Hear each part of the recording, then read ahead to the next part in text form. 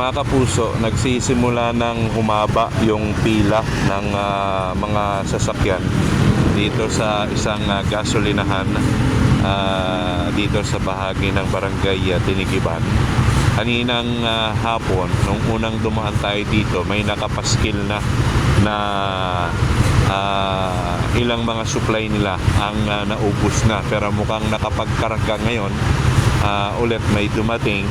So may laman na ulit yung mga tangke nila, kaya ito ngayon nagsisimula na pong humaba yung pila ng mga sasakyan na nagpapakarga dito sa gasoline station na ito, mga kapuso, dahil na rin doon sa nakaambang muling pagtaas ng presyo ng petroleum products bukas, araw po ng Martes, dahil na rin sa nagpapatuloy na kaguluhan o giyera dyan po sa gitnang silangan.